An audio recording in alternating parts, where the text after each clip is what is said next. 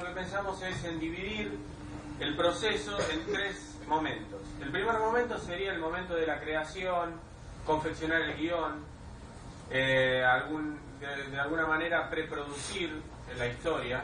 Lo que quiere decir lo siguiente: primero, pensar en una idea, después esa idea traducirla a lo que hablamos ayer con, las distintas charlas que hubo sobre cómo traducir una idea que uno tiene en la cabeza en lenguaje audiovisual.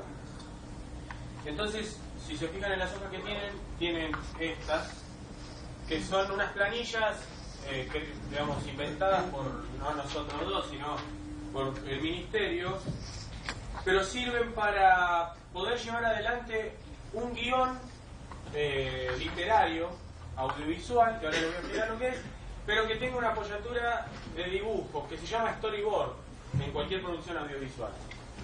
Para los que no saben, el storyboard lo que significa sería cómo traduzco yo esa idea que tengo en la cabeza en una imagen determinada. Entonces, ¿qué pasa? Cuando yo de repente creo una idea particular, la empiezo a dibujar y yo me imagino que la puedo contar en un plano así, en un plano así y en otro así. Entonces, cuando yo lo dibujo y lo veo, ahí se lo puedo mostrar a otra persona o mismo yo lo puedo ver y darme cuenta si realmente lo que yo quería contar se está contando en esos 4, 5, 10 dibujos que yo hice.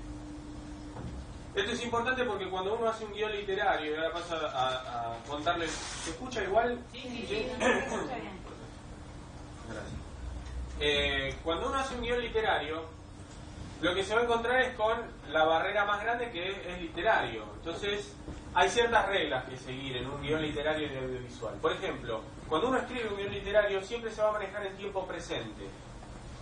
Porque en realidad yo voy a contar lo que quiero que se esté viendo en ese momento. Entonces, Juan está caminando por la calle y de repente se tropieza con una piedra y cae al piso. Eso está en presente.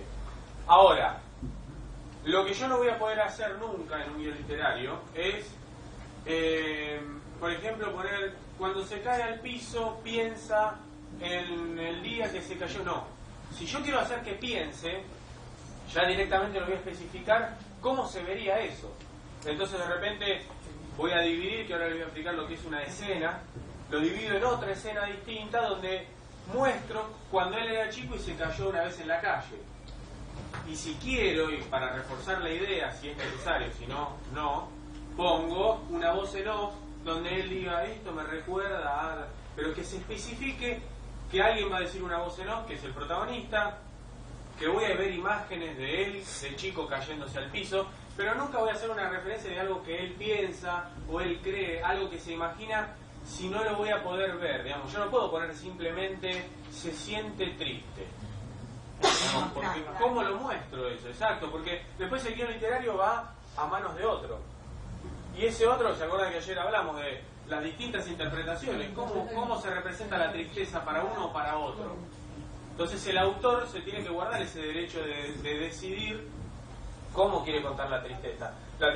No es lo mismo contar la tristeza desde alguien llorando en un primer plano y esa persona tirada en un rincón, primer plano llorando, acurrucado, y otra cosa es mostrarlo con un plano general a un personaje solo en el medio de la nada. Digamos, son dos tristezas distintas. ¿Entienden? Bueno, entonces en la parte superior está el lugar para hacer el dibujo del plano que ustedes imaginan para contar eso que quieren contar. Y abajo la descripción literaria de qué es lo que se va a ver ahí. Después, ¿tienen idea todos sobre tamaños de plano? No. Algunos no. Les explico, hago un repaso para todos. Bueno, hay un par más que estos 6 que puse acá. Pero me quedé con estos 6 porque son los que más se usan. Igual después voy a hacer una referencia a otros. Pero les explico cada uno, y cada tamaño de plano tiene también una significación. No es que yo pongo un tamaño de plano porque lo elegí y nada más. Vamos a pasar desde el más grande, el más abierto, hasta el más cerrado. El plano general, como acá intenté dibujarlo, va a tener al personaje o no, pero va a tener al personaje, pero lo que es más importante, lo que tiene más presencia es el entorno en el que se encuentra.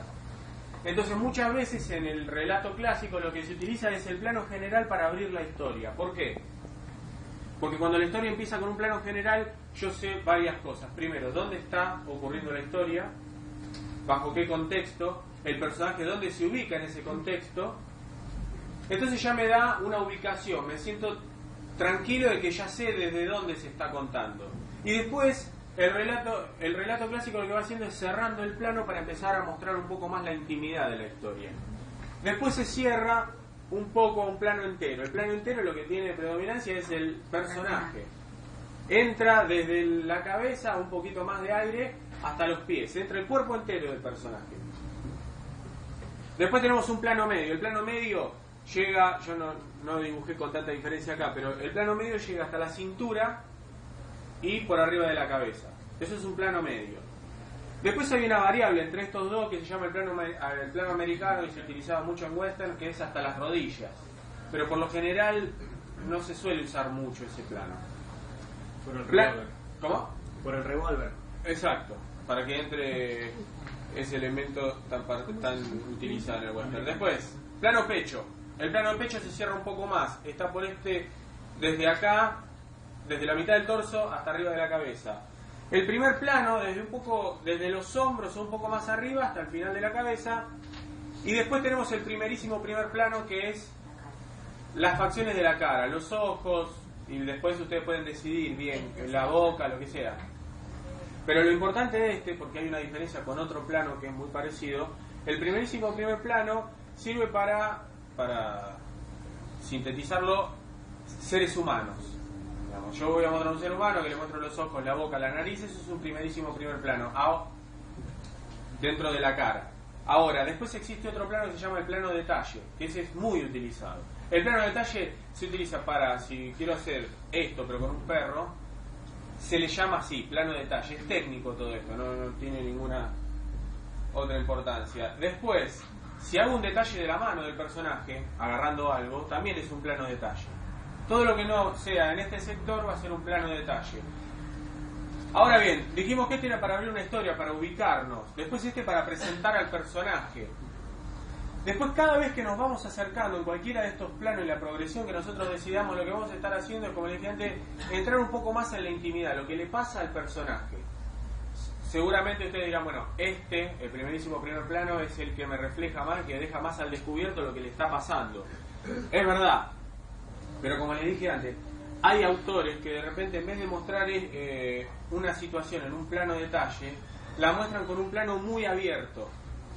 Entonces de repente el contraste de ver a una persona sola en un ambiente desolador capaz que da mejor idea de lo que quiere contar el autor que un primerísimo primer plano, que también lo